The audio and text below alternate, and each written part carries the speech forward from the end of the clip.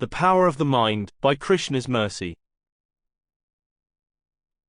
संजात को स्फुरितारुणाधरण संदश दद्भिर्धीमंथ भाजन भित्वा मृषा शूर्दृश दशमना रहो जघास हयंगव मंतरणगत.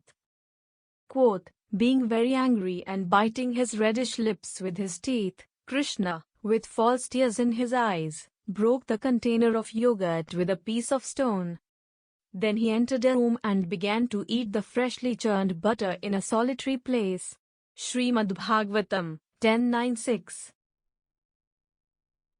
Have you ever watched scenes in a dramatic presentation, be it a movie, a television show, or a play, laugh at what is going on, but not really relate until later on?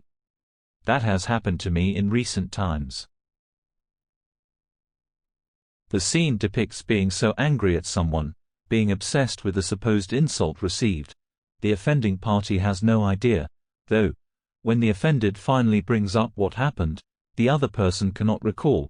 They offer some other explanation for what occurred. It makes total sense, and the offended party feels embarrassed to have wasted so much time being upset, for no reason. This has happened to me. I have been obsessed over different things over the years. Those things really didn't matter. It is like I let these other people control me, for no good reason, either. If we think about it, everything comes down to the mind.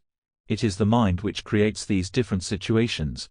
The mind maintains the lasting impression. It is almost like watching a recording over and over. Instead of experiencing the torture, just turn off the player.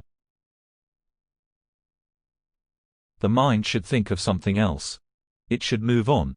Is that one of the benefits of genuine spiritual life? We can train the mind to focus on transcendence. We can find peace in any situation through diverting thoughts and attention to a more positive place. Sri Krishna explains the same concept in Bhagavad-gita, that the mind can be considered a friend, but also the worst enemy.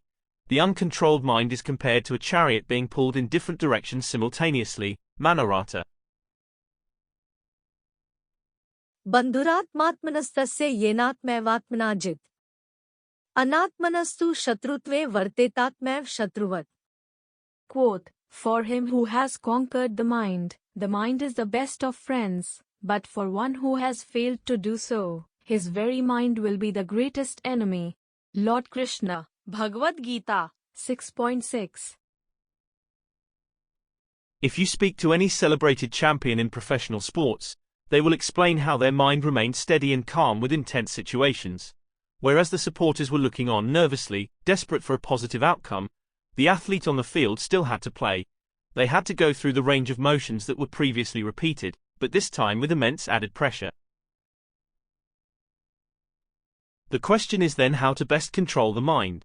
The answer is yoga. What is the best kind of yoga? The one that focuses on the Supreme Personality of Godhead. There are many simultaneous benefits to this kind of yoga. To begin, desires have a central repository. The mind goes out of control when there are too many desires. To artificially suppress desire, just for the sake of it, for achieving another temporary goal, is rather difficult. The attachment will remain, and the renunciation will only be in pretend. कर्मेंद्रियाणि संयम्य य आस्ते मनसा स्मरन् इंद्रियार्थान् विमूढात्मा मिथ्याचारः स उच्यते. Quote, one who restrains the senses and organs of action, but whose mind dwells on sense objects, certainly deludes himself and is called a pretender. Lord Krishna, Bhagavad-gita 3.6. Yoga directed towards Krishna changes the nature of desire. The mind focuses on pleasing the Supreme Lord. This means that other desires will instantly become subordinate. They may linger in the periphery, but they are not indulged. Those desires will not be able to harm me since I am occupied with yoga. More than a mechanism for controlling the mind, there is the added benefit of connecting with the absolute truth. Since Krishna is absolute in nature, the thought of him is just as viable as the meeting with him. Contemplating devotional activities is just as good as carrying them out in real life. Through yoga for the benefit of Krishna, it is like we are always with God. We may not have been privy to young Krishna breaking a pot of butter in anger, but we can witness the same in the mind. We can keep that image in the mind for as long as we want.